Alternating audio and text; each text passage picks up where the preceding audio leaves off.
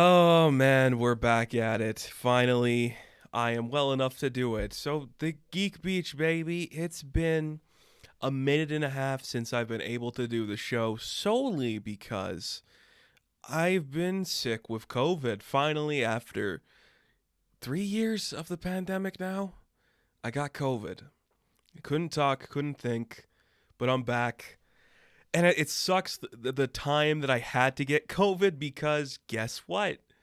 The world literally fell apart in terms of comic book movies. And I'm like, oh, damn it. Like, the perfect time for me to do a live stream and talk about, like, the biggest news in comic book movies. I can't talk. That sucks. So, I guess I'm going to talk a little bit about Batgirl and WB. I don't want to spend too much time on it. Again, I don't even know how this episode's going to go because I might just crap out and not be able to talk for some of it. We'll see what happens, though. But honestly, what shitty timing on my part. Because, I control when I get sick and everything. Just what shitty timing for me to get sick and not be able to talk about the comic book movie news that is coming out. Amazing. Amazing luck on my part. But be a lot of that today. I do want to talk about Warner Brothers, and I do want to talk about a little bit of what their, big deal is. Again, I don't want to turn this into slander. I don't want to turn this into just me shitting on people for a while. It's like, oh man, Warner Brothers is making a lot of bad choices. I don't want that to become what this is. But I'm just gonna say this: there's not a lot of confidence to be invoked from a guy saying we're just gonna do the thing Kevin Feige did without actually having the forethought or any idea of how to make that work. Just saying that is dumb, We're going to have a 10-year plan for our DC movies. That's not an idea. Just saying, I'm hungry, I think I'm going to eat something, isn't me actually eating something. I'd have to either prepare it, go out to make it, order something in. You can't just say, I'm going to eat, and then not come up with a plan of what you're going to eat or how you're going to eat. It's dumb. And Zaslav, again, I'm not going to shit on the guy. I don't think that's fair. He is clearly the guy who doesn't get streaming, doesn't understand the simplistic ideas of what a streaming service could be, what content shouldn't be, and how to engage in an audience. He seems like the kind of guy that's all business without the heart, which is why you should be worried. And look, we could talk endlessly about the stuff he's already canceled, about the stuff that has been removed from the service, and I don't really want to do that. I just want to say this entire experience, the idea of we could just cancel Batgirl and we could move on without any shred of dignity or just any shred of responsibility on our part and just move on, that doesn't bode well for anybody. That is just solely, not doing great, let's chuck it in the bin. It opens up a lot of just red flags for creators where it's why would I want to be on your platform when you clearly don't care about me or have any intention of supporting what I'm going to do? Why would you want to support that? Why would you want to be near that? That's worrisome. It's also how do you sustain a service if you're not willing to try new things? If you're just putting out the same content forever, that sucks. We could sit here. I honestly could do an entire live stream talking about the insanity of Warner Brothers and this new model they put out. I just want to quickly talk on this little point that they did bring up where it's hey, here's the HBO Max stuff. Male skewed, lean in, hard facts, franchise, bullshit. Discovery Plus, female skewed, lean back, bullshit. Essentially, this is an actual graphic they put out for you, the public, to see. Essentially, what that graphic says for Warner Bros. Discovery is that women are not smart enough or comfortable enough to watch scripted content. It's literally just saying women can only handle 90 Day Fiancé, dives, drive-ins, and diners, and the other bullshit that they said is their top shit. That is so stupid. Because the best shows on HBO Max, The Sex Lives of College Girls, The Flight Attendant, Minx, all of those stories are female led with female talents driving the force, and they're very creative and very well done. And every person I know who watches 90 Day Fiancé religiously is a man over 40. So you are literally just saying you don't understand how to make content or how to say anything properly. And that really sucks. I really feel bad for everybody who is worried right now about what HBO and Discovery could potentially do to destroy your property. But that is just par for the course with streaming right now, isn't it? Isn't it? You know, streaming's so weird right now because it's like Netflix reports they lost like another 1 million subscribers, right? But their latest film's like the biggest film they've ever had. And I'm like, well, which one is it? Which one is it? Is it like you lost subscribers or you had the biggest opening ever? Because it can't be both. It can't be both. You can't have both. And I just saw reports before we came on here, just to kind of touch a little bit on Netflix, because I love this studio. I love the Netflix model because it's so unsustainable, and I just think it's going to collapse in on itself so soon. I just saw this before I went live. Is their new film, Purple Hearts, is like their number one film worldwide, their number one film maybe of all time. A film that's apparently about like a misogynistic incel getting the girl. And I'm just like, you really know the Netflix audience, don't you, Netflix? Just the lowest scum of the earth, which kind of sucks when we'll get into another topic that I do want to talk about, which is stuff on Netflix.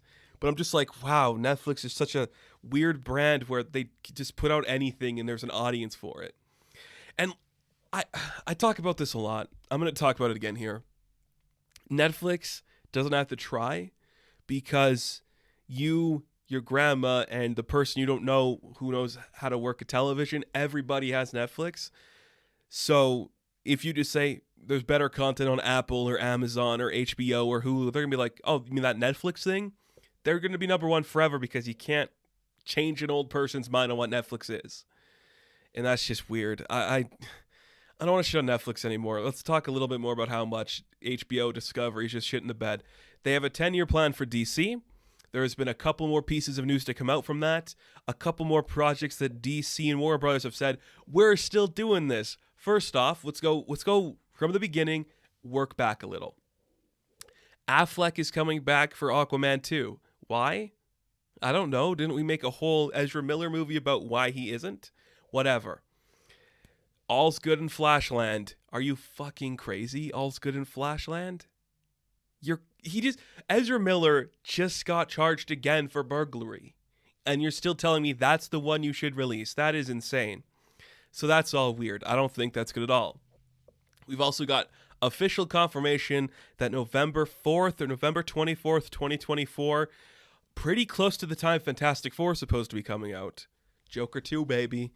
Joker Fey du la du, whatever. Like, this is going to be the most... it's not even controversial. It is just, I hate the Joker movie. It's a bad movie. It's a stupid film. I cannot believe we live in a world where that's getting a sequel with Zazie Beetz potentially returning to that franchise and Lady Gaga playing the second lead. Now, they haven't confirmed if she is Harley Quinn, if she is another doctor or psychiatrist. All we know is the title implies there's going to be somebody with the same condition as Arthur who gives a shit. What is happening? Why are we just like, we have to cut back on certain content, but our $1 billion incel movie we can just make a sequel to? I am utterly fascinated and amazed at Lady Gaga's career as an actress because she has worked with top directors and top stars. She has worked with Ridley Scott, Adam Driver, and Bradley Cooper on her first 2 films, and now she's working with Joaquin Phoenix? What is going on? What power does she have over people? She's not a bad actress, but still, it's one of those things where it's like Lady Gaga is going to be like, when it's like, remember when like Amy Adams and Jessica Chastain had those streaks where it's like, no matter what they were in, they're being nominated for the Oscar for whatever film comes out? Meryl kind of had that too. That is the run that Lady Gaga's kind of getting for some reason, because she was nominated for A Star Is Born. People think she was snubbed for House of Gucci, even though that film put me to sleep. And Joker already won the Oscar. Joaquin already won the Oscar for Joker. So it's like, is she going to get the nomination for the sequel? Are we finally going to give Todd Phillips Best Director? It's insane to me. So we have 2 separate Batman properties, not to mention the Penguin show that's coming out from the Pattinson Batmanison. It's like, what? So you're steering a ship in a direction. That's the reports going on at DC right now. They're steering the ship in that direction. Those are things that are still happening. We're going to cancel Batgirl and Wonder Twins, and we're not going to move forward with like Strange Adventures, whatever that was going to be. Those are done. Priorities are apparently Batman, Superman, Wonder Woman, Aquaman. Those are billion-dollar franchises. Maybe put them in fucking comic books then, and not just Batman. That's all I'm going to say, okay? If they're $1 billion, give us an ongoing Aquaman book, if that's what you're saying. And then it's like, okay, what projects are still kind of in development? We know Shazam and Black Adam are coming out. I guess that the Green Lantern, whatever, is still in development. Like, that is still being worked on to come out. What if is that attached to? Who's to say? Peacemaker, probably still getting a second season. Doom Patrol wrapped filming season 4. That's still coming out. At least Stargirl has its 3rd season, which will probably be its final season since all the CW stuff is ending. We are probably going to move Superman and Lois over to a bigger budget, make him our Superman. So it's like, okay, you're still say you have a plan in place, but there's no coordination. And this was a rumor that I just read. So don't take this with any certainty or any grain of, just take it with a grain of salt, just a little smidgen of salt. It's from Giant Freaking Robot, and they're not a reliable source, but they have been right a few times.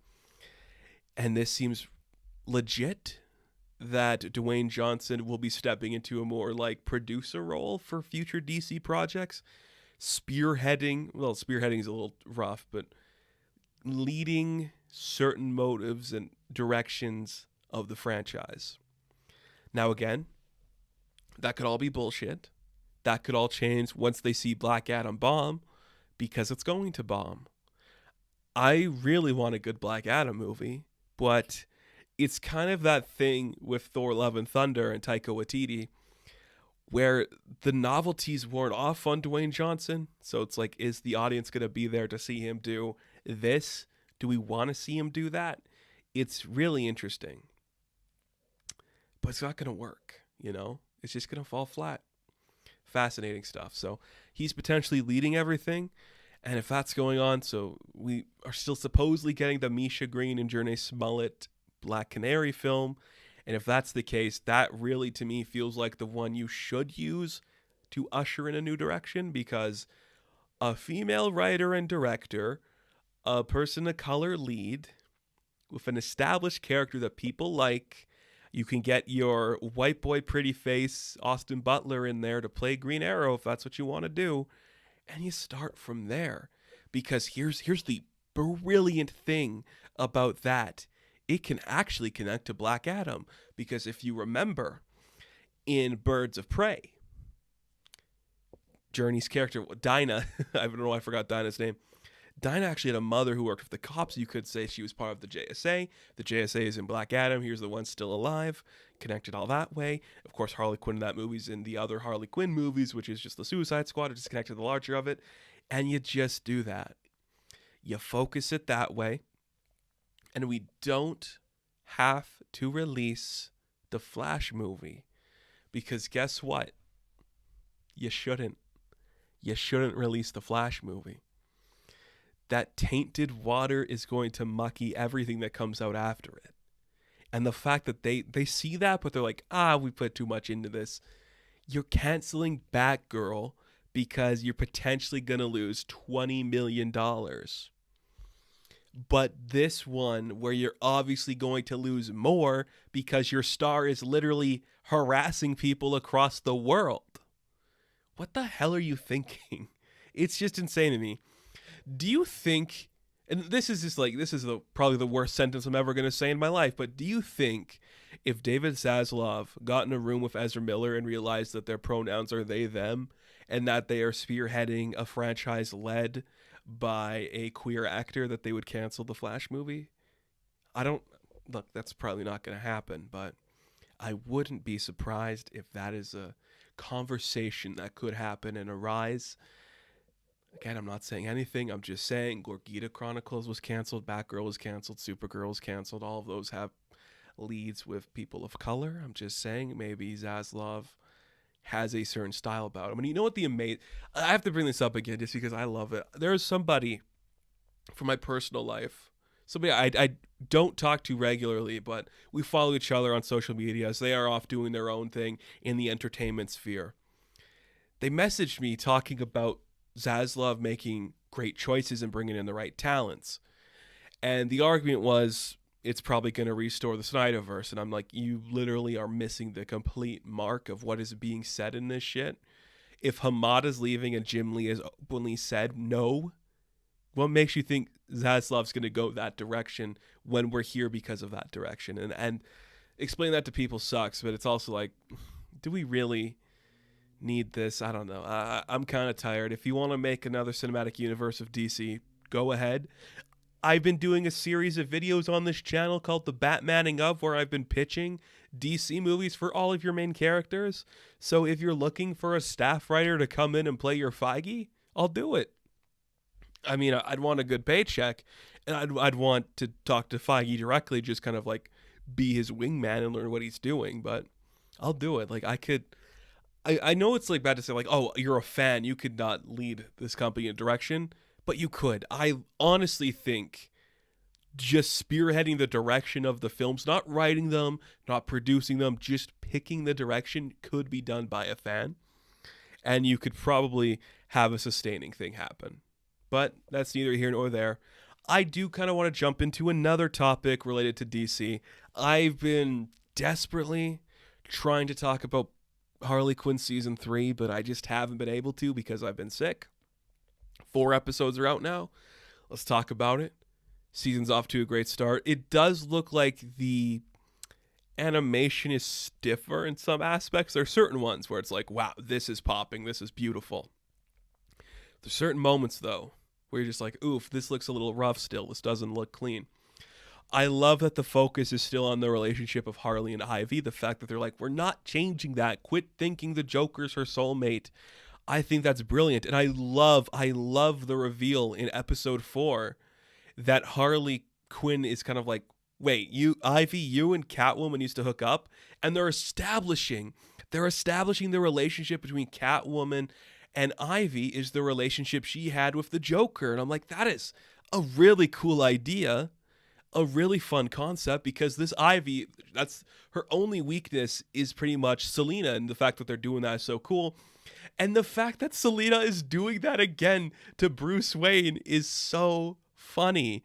I love the scene where she's on the phone with Ivy and she's like, so tell me about this guy you're seeing. And it's just Bruce in the Batman suit just massaging her feet. It's hilarious. It's genius. It's so funny. I love the recurring bit where Clayface wants to be in the new biopic for Thomas Wayne, which is directed by James Gunn. But he can't get the job, so he just becomes his chair. And James Gunn sits on him the whole time. And then later on, because Billy Bob Thornton is playing Thomas Wayne, and later on, he gets mauled by the tiger that Selina has, and we just see Clayface puts on the persona of Billy Bob Thornton to go work on the thing. And that's awesome. That is so funny. A great joke, a great use of that stuff. Harvey Guillen from What We Do in the Shadows has debuted as Dick Grayson Nightwing.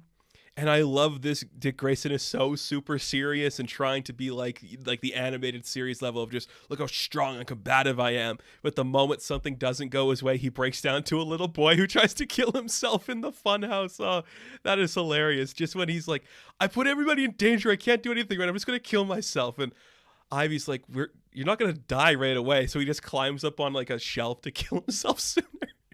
It's a great joke. And just having Damian show up and call him a dickwad every second is hilarious. It is so good. But guess what? This also sets up the spinoff, which they still... Noonians is the working title. I think they're going to change it a bit. Because we get to see Kite Man return. He was kind of a major supporting character in the last season. It feels like we're stripping him away a little bit to go do his own thing, which I completely understand. He's got a new girlfriend. And before they even reveal the girlfriend, I'm like, okay, she's going to be a villain.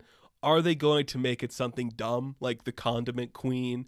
Or are they going to be like Killer Moth or something stupid? It's Golden Glider. And I'm like, yeah, okay. She has rollers, or was it ice skates? I think they said ice skates that glide in the sky. I love it. I love her just like connection with Ivy.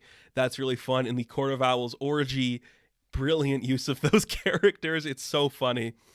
I love the recurring bit too. There's so many great recurring bits where Gordon's trying to run for mayor and Two-Face is his campaign manager and he's losing because he's too honest and a dick about everything going on in Gotham. That is hilarious. That is just really good. I just think Kaylee Cuoco doing a fantastic job voicing Harley. Harley's arc this entire season really seems to be, I'm just going to be desperately in love with Ivy and our relationship's going to be strong. And I'm like, that's really cool. That's a really positive thing to say. Very cool. This season's very much impressed me.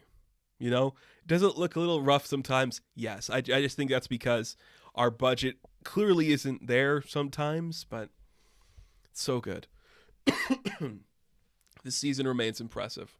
And I'm very excited to see where it's going to go. Swamp Thing will be showing up eventually. I can't wait to see that. I've been waiting for a comedic Swamp Thing. I feel like that character is just too serious and people don't want to touch him for some reason. Give me a silly Swamp Thing. I think that'd be great. Love it. So Harley Quinn Season 3 off to a tremendous start with these first 4 episodes. And I think we're going to be seeing a lot more cool stuff coming down from Harley Quinn, which is kind of exciting. I know they're saying Season 4.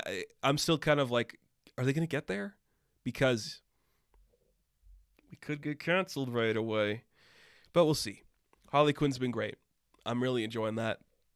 Something else that I've really enjoyed is the Sandman on Netflix. And I'm going to group this in with the DC stuff because it is technically a DC property, even though they changed the characters in the story from DC characters to either original characters or characters that exist in the Sandman universe already and play a different role, like the name of the demon playing the Etrigan role, who I can't remember, or the nameless organization that's no longer Arkham Asylum, being what housed John Dee.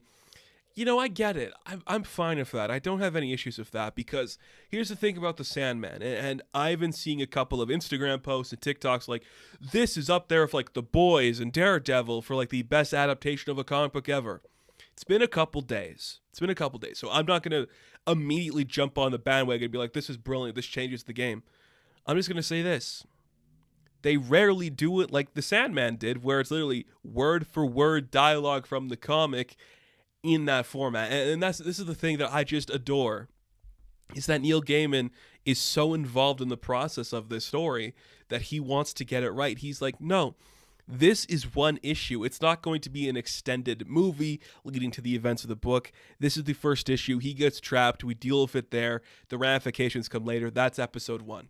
Each issue is an episode, essentially. They do fudge it a little bit to give it a more cinematic flow, but it's so strong. It is so well written because it's the original words, and the casting, phenomenal. I'm just sitting back and I just remember looking at the casting list like, I am seeing a bunch of unprovens, a bunch of big names, but I have yet to be convinced for some of them.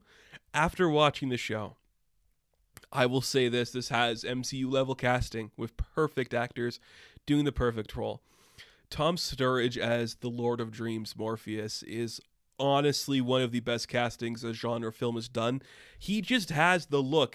The hair is a little off because you can't do the big poof, but he just has the look of a guy who is ancient, otherworldly, and like ethereal, but looks like a sack of bricks. Like he just looks so dumb and like there's nothing going on in the brain and just like the stoicism of nothing happening, but he has the entire history of existence behind him. He has that look. And the way he talks is how you would envision somebody like Morpheus talking. Of course, it's not like, McAvoy doing the audiobook, but this is a great voice and it works really well. I really enjoy hearing that. I think it's fantastic. And I got to talk about Kirby Howlett-Baptiste doing the perfect personification of death. Like, I've talked about this a lot before. I've done videos talking about it. I'm going to do a big video talking about death and mediums later. The Sandman version of death, I think, is one of the coolest interpretations of death because she is comfortable with her job and she understands the purpose she plays to give people comfort. It's like, it just happens. Maybe something awaits you. Either way, I'm here to tell you it's done. And she does that with confidence and a relaxation that other stories are like, there is so much like nuance and depth to the idea. But she's just like, I'm just here to tell you did fine. She plays it well. Kirby plays it so well. That was my favorite episode for a few reasons, just because I love the idea of personifying death and telling that story.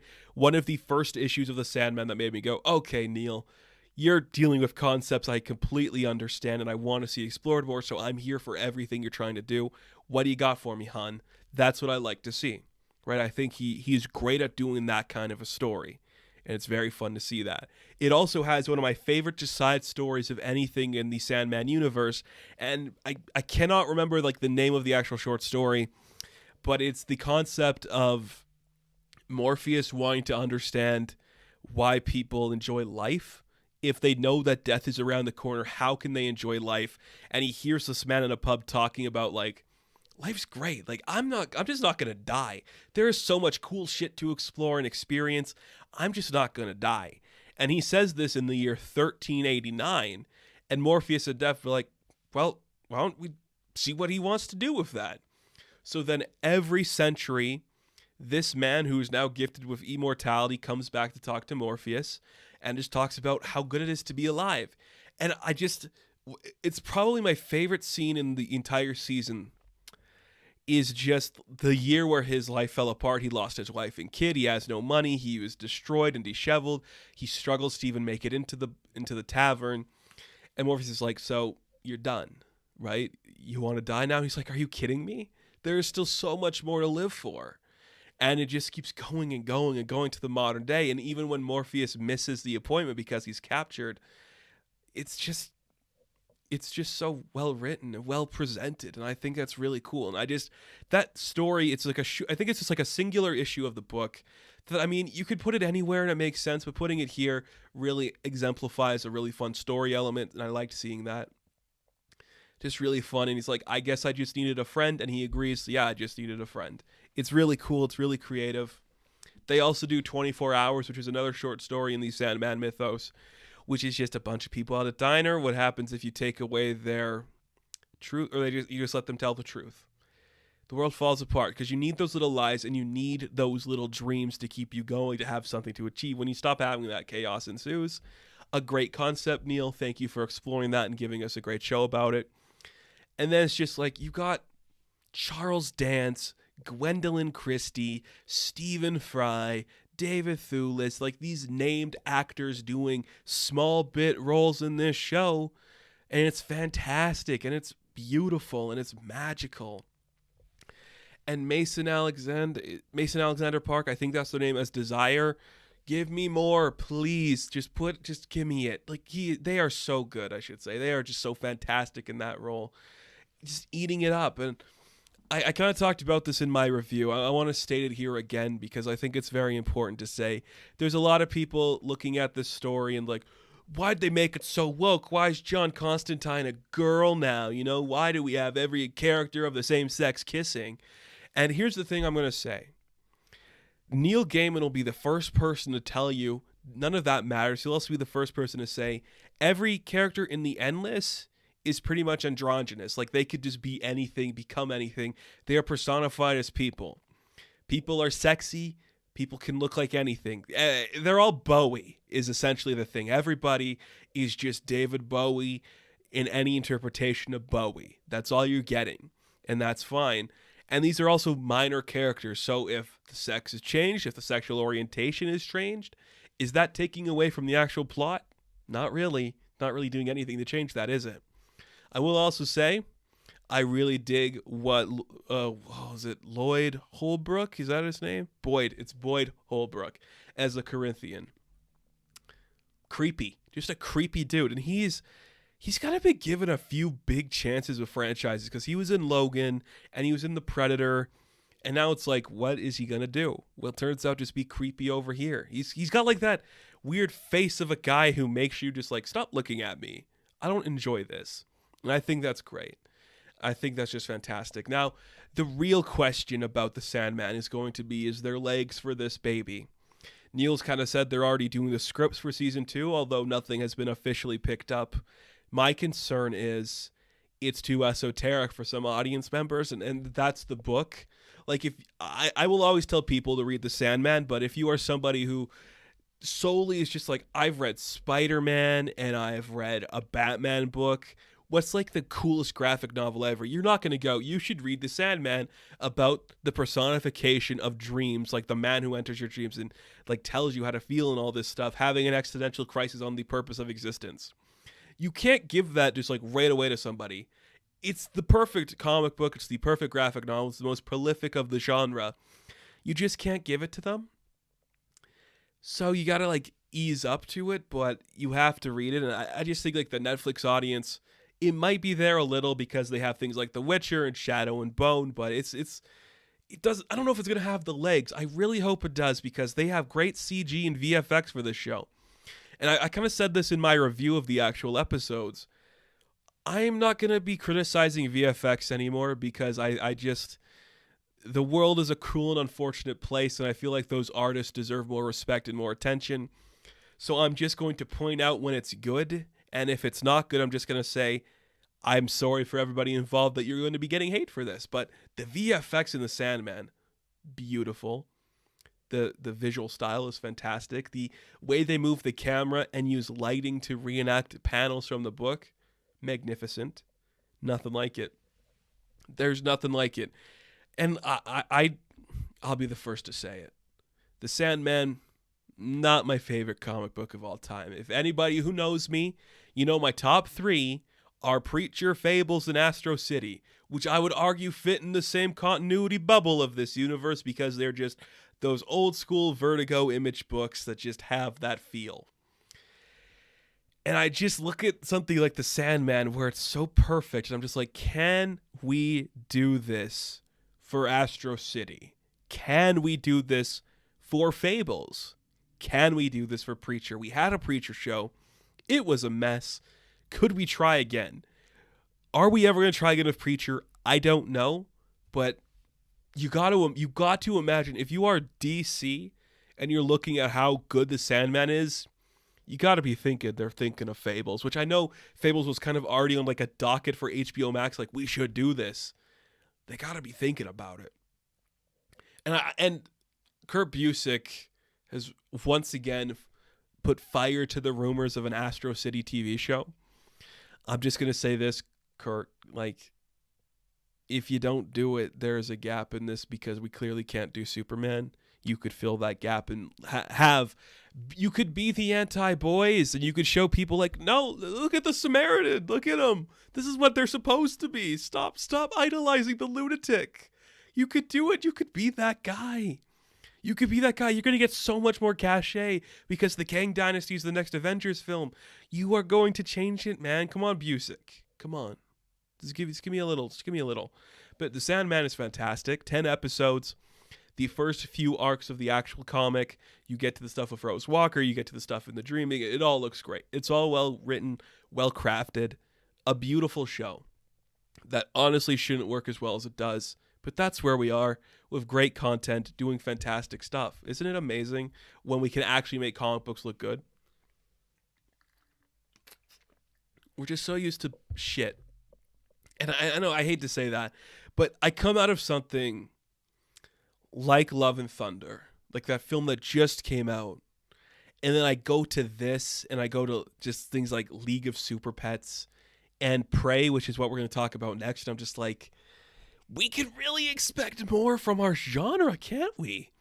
Because Prey is amazing. It is quiet and nuanced and just slow and methodical and doesn't like punch you in the face like this is a Predator film. It's like there's a story going on and then a Predator shows up and the hubris of man gets itself killed. Thus is the case. It's really cool. I love it. I think this, again, kind of like the stuff with Warner Bros. Discovery, Prey has been talked to death at this point, but it's great. It's such a good film. It's so strong. The visuals are so cool. The way it plays with the Predator mythology is really cool. I really like the natural lighting used in this because it just has this extra feeling of power and raw intensity to it. It also helps. This is filmed in my backyard, not literally, but a couple blocks away, in like a 4-hour bus ride, and it was there. But I'm like, I love this. And again, I don't want to say too much about where I live personally, but you look at things like Prey and The Last of Us and the new Tegan and Sarah show, which is called High School. My province in Canada is about to get a lot more business booming in terms of the film industry. So if you guys are looking for your new representative for Cineplex, I'm free, man. Like I could get on the screens and talk to people about stuff here. Could be fun. Just saying, that's nothing. Amber Midthunder, who is the lead in this new Predator film, is going to be getting a lot more offers for projects after this because she holds her own by pretty much being the only person on screen. It's good to see you play off other people. When you play off other people, she's fantastic at it. But just being able to convey so much emotion with little dialogue and just your vocal expressions and just seeing how you react to scenes, she's great. She did fantastic. She was awesome. Dakota Beavers, too, is somebody I'm like, this guy is going to get a lot more action work. Don't be surprised if either of these names appear in some bigger projects. And I don't want to call Prey a small project because it's not. It's really impressive what they did for this scale. But it's like those two names, Amber and Dakota, they're going to be getting a lot more work. And I know there's the thing going on like, oh, this character is a Mary Sue. She's not. She literally has to learn to do everything in the show. You don't realize that at the beginning she actually failed at doing the things right, and then as it progressed, she had help from a lot of outside forces to actually defeat the Predator. You do see that, right? She didn't win on her own. There's an actual story progression showing how the people in her life and not in her life fight this creature too, to the point it's weakened and she finishes it off. You realize that? Can you see that? Is that something some of you are capable of understanding? And I don't want to tell you how to enjoy the first Predator film, but it's literally a deconstruction of machismo action movies of the time, where it's like, we blow our load prematurely, killing all the people. We have to go back to this primitive state, get down and dirty in the mud with guts and disgusting filth on our bodies to fight the Predator. That's the first one. This one is that too, but it's like, what if instead of machine guns, we had bow and arrows and just a bunch of crazy weapons? It's cool. Prey's great. They do... should I say this? It is fairly new, but it is the most streamed movie on Hulu of all time. So I guess I can say the design change for the Predator just feels like a subtle deviation in a species, where you could look at like two different birds and you're like, well, that one looks like an ostrich and that one's clearly a turkey. Like, that's all it is, And it's like, well, they ruined it. Like, did they? You still know what it is, so they clearly didn't ruin it. It's still that, right? And I don't know. I think people are just quick to react in bad ways to things like this happening, but sometimes people just freak out for no reason. Who's to say? Prey was great. Watch Prey if you haven't. It is one of those rare films where I think no matter what genre you are preference to, like if you like rom-coms or just straight up comedies or action, I think Prey has something that's going to elevate it to something everybody likes. And there's two versions of the film. I watched the Comanche version, and I'm not trying to say that because I'm like a film snob. I just wanted more authenticity than just a bunch of like, Native American actors just talking English in a time period where they wouldn't. There's one thing though that I found this very weird. I should have looked it up because I don't know. In the actual Comanche dialogue, somebody says they have to use the bathroom. Now the thing about that is like, I don't know if that's wrong, but if it's right, the phrase "I have to go to the bathroom" goes back to the 1700s, before they had baths in rooms. Did they have bathrooms? Like, this is the thing, like, would a Comanche tribe in the 1700s know what a bathroom is? Did they have plumbing? So I'm like, so it was just weird to hear that. I was like, that feels like a line that should have had another Passover and should have just been like, I'm just going to piss or something, Whatever. Maybe it was just like the subtitles read it as that. It could be like in the actual language, it could be like just doing something else. But that was something I just noticed because I just thought that was like a weird turn of phrase that you probably wouldn't hear in that time period. But if that's the only real criticism I have for this film, then it did a lot of stuff right. So that's cool. Now we have another film I do want to talk about, which I don't know if there's an audience for this one because I don't know how much of my audience would actually have watched this film. But I do want to talk about it because I think it's kind of interesting. The same day that The Sandman came out, the same day that Prey came out, we had the release of Rise of the Teenage Mutant Ninja Turtles, the movie. I needed to talk about it solely because Turtles Fever is in full effect now. We are just under a year away now. Well, it's still 11 months and like 26 days, I should say. We're still a year away from the release of TMNT Mutant Mayhem.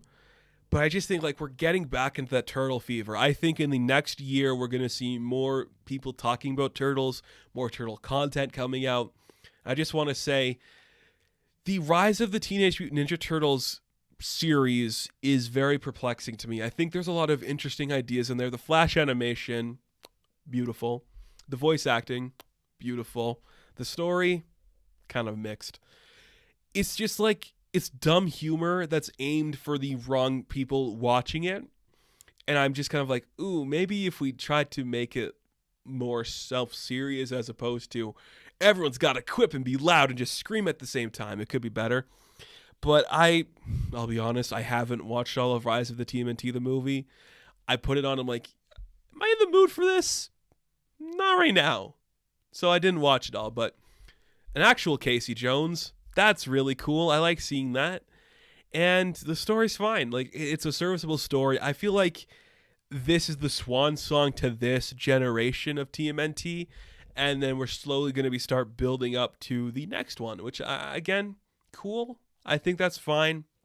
Like I said, we'll definitely be doing more Ninja Turtle content as we progress to that state. We'll do Geek Wave episodes. We'll do entire movie tales talking about the films. I'll talk about each iteration and incarnation. And the best part about all of it, you can tune into these videos every week where we will be sitting here and talking about the upcoming Ninja Turtle merchandise for the new film. Because I'll be honest, something I have been desperately missing is just that section of the toy aisle that is just Ninja Turtles. It's just the collector stuff now of like the Playmates and the Cobra Kai Stranger Things bullshit and the NECA stuff, which I love the NECA stuff. You can see it behind me. I love the NECA stuff. But I just want to walk down the aisle and all the area where Mattel has their Masters of the Universe stuff. I just want to see my Turtles back there. And I feel like we'll probably be getting that because a new movie means more toys and we could get into a new line of Ninja Turtle stuff, which would be great. And I think this movie is leading into other ones on Paramount. So awesome. So Rise of the TMNT, the movie, it's okay. Check it out. Like, people are like, I'm loyal to the 80s cartoon or the 2012 cartoon or the 2003 cartoon. My hot take, which is a very hot take, a very spicy, sizzling plate of hot take, is that every iteration of the Ninja Turtles cartoon is on par with the previous and the latter. They are, in my humble opinion, all of equal footing. They all have bad shit in it. They all have good shit in it. The thing we should be talking about, though, is which one has the best April O'Neil and Casey Jones. And the truth of the matter is, it might be the 2003 one. That's the one I grew up with, too. But is it that one that has the best iteration of both of them? Because I don't know. I have a lot of opinions on Casey Jones, and I don't know if this is the place to get into it. But you need the perfect level of just, like, himbo and doofus, and not just a silly, like, screaming angry kid. He can't be like too aggressive or angry. He has to be slow in a sense of just like the joke doesn't come to him right away and he is still loyal, you know. It might be 2003. Josh Peck did okay too. I don't know. 80s was too stupid, but I'm getting ahead of myself. This is a whole video series we could do just talking about the best iterations. So why am I doing that here? Because Mutant Mayhem is coming in a year, and I cannot wait to talk about it. Because we will be talking about every theatrical release TMNT movie, and every one that wasn't theatrically released, and probably Flash Forward, which is awesome. Yeah, it was. I love Flash Forward. We're going to wrap up soon. But I have a couple of comic books I do want to talk about because it's New Comic Book Day. And I'm honestly behind because, yeah, I was sick. I haven't read the new Batman. But Zura and Ra appears, and I'm like, that's great. That's cool. Still behind on Dark Crisis, which I should have done my review for. But I think I'm going to let Dark Crisis just fade into obscurity for me now. Don't have to worry about it. Dark Crisis will just... I'll read it all when it's done, I think is where I'm at. But I had a couple of new first issues this week. And I had the follow-up to Moon Knight. So we could talk a little bit about Moon Knight number 14. I think this book continues to impress me. Like, this entire issue of Moon Knight was just, okay, it's the meeting. Everyone's got to come together. We have to get Steven and Jake talking to Mark. And the entire issue is just these guys like, every bad thing we've done in our lives, Mark, is because of you. You cut off Bushman's face. You started the Age of Khonshu. We were just trying to do like damage control, but you ruined everything going on. It's all because of you that we're screwed in the pooch, buddy. And he's like, what? You can't blame me for all that. It's like, yes, we can. Buddy, you ruined our lives. Everything bad is you. And I just love just how they're just so pissed at him. But he also is like, well, I should try to do better then, shouldn't I? I should try to be a better person. Is that what we're saying? Yes. You should be a better person. And maybe he's got a support group to help him out now because it looks like Dr. Badir and Greer are here to stay. Badir and Greer are here to stay, baby. That's awesome. What else is awesome is that this book just continues to keep going. Like, there's no signs of slowing down, which surprises me because 14 issues in is kind of around the time Moon Knight books get canceled. The Bemis run was 12. I think the Warren Ellis stuff that expanded to other writers and artists was 17. The Lemire one was 14.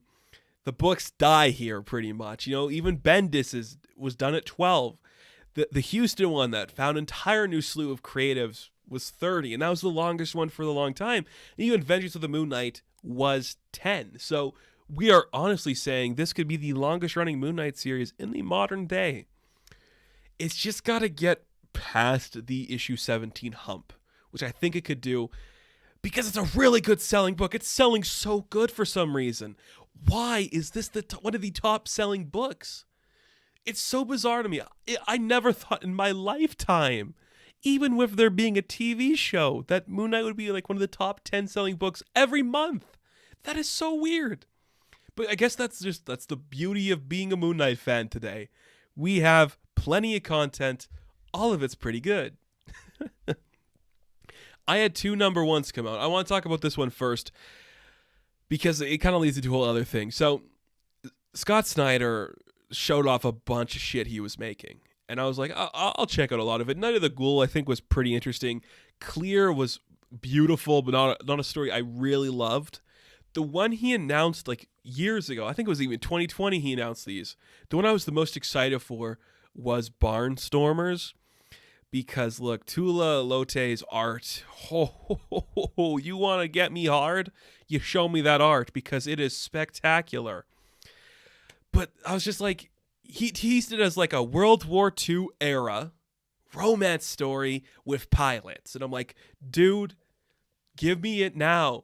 And you got Lute's art. Like, I will die for this book. And I was refreshing every page, every time. Like, the Comixology, it's all coming out. Every time I'm like, Barnstormers, please. Give me Barnstormers, please. Well, issue 1 came out last week or this week. I can't remember. I bought the book today. Literally before I was recording, I'm like, oh, it's out. Barnstormers is out. I gotta look at this. And I read it. Thank you for this book, man. It takes a minute to get where I want it to go. We meet Hawk E. Baron, who's this barnstormer. He travels across the country doing these aerial shows and taking people up in the plane for a couple dollars, or you could do stunts and aerial tricks. Well, he gets a tip to go to this one place. I think they call it Barnville, and he accidentally crashes a wedding. And we see that the bride of the wedding, whose name is Tilly, she's like, you gotta get me out of here, man.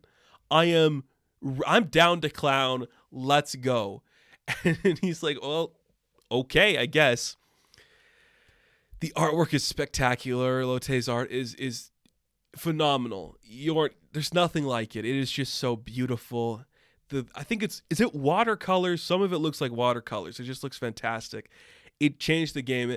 And Snyder's writing, it's fine. I think because maybe he's not too like accustomed to this world of just like the classically written romance stories, that it feels kind of off. Like, you compare this to something like Love Everlasting, which is Tom King's version of the same story of like a classic romance comic.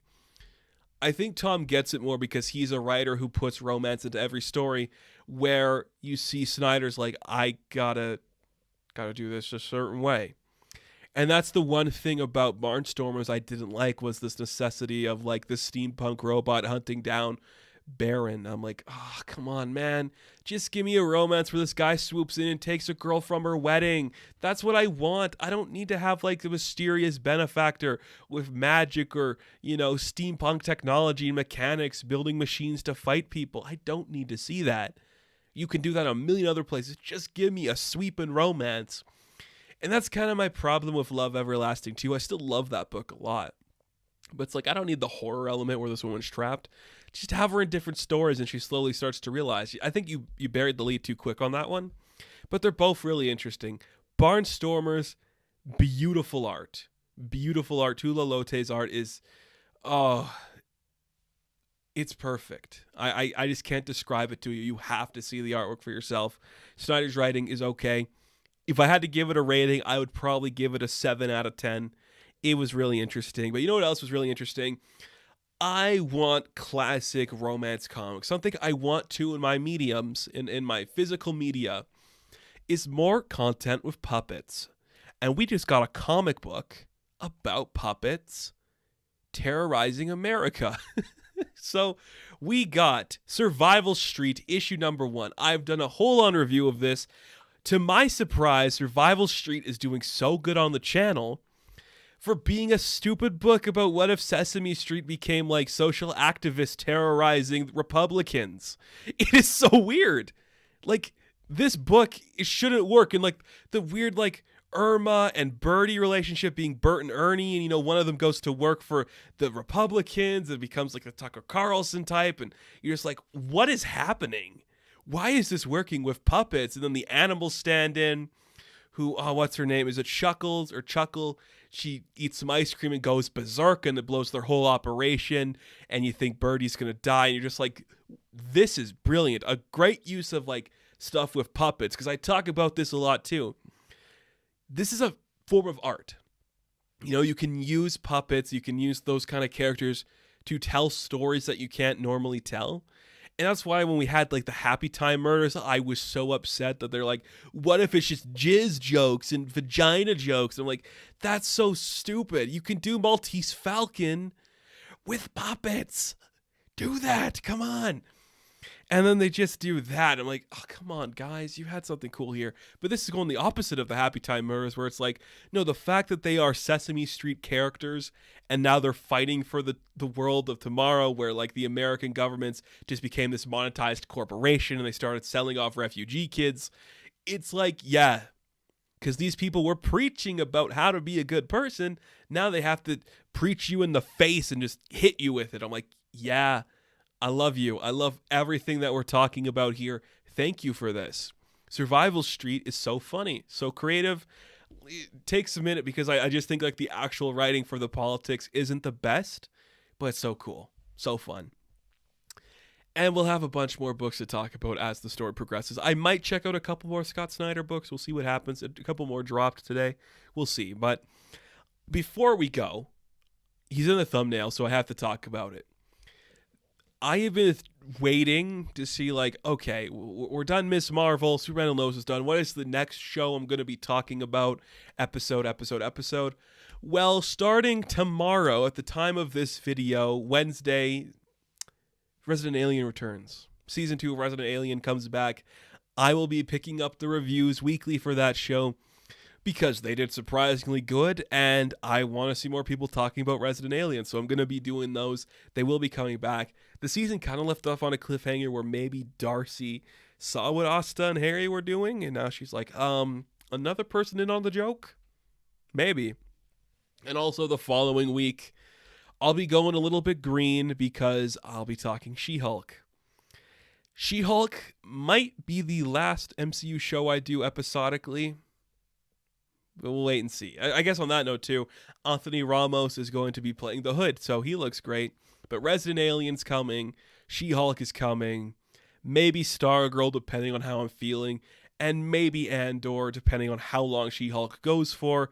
But as it stands, you can expect to see Resident Alien and She-Hulk starting this week and next week. They will be back in full. Gonna be very fun. Gonna be a very cool time. But as always, thank you guys for coming to the Geek Beach this week. I'm still not at my full range, but I had to get it all out there. We talked about a lot of great stuff. Check all of those out. They are well worth it. And of course, be sure to like and subscribe to the channel. If you want to see me in other places, you can check me out on Instagram, TikTok, and Twitter. The link to that will be in the description. As always, I will catch you in the next one. Have fun. Stay safe. Good luck. I'm going to enter your dreams like Morpheus, our hero.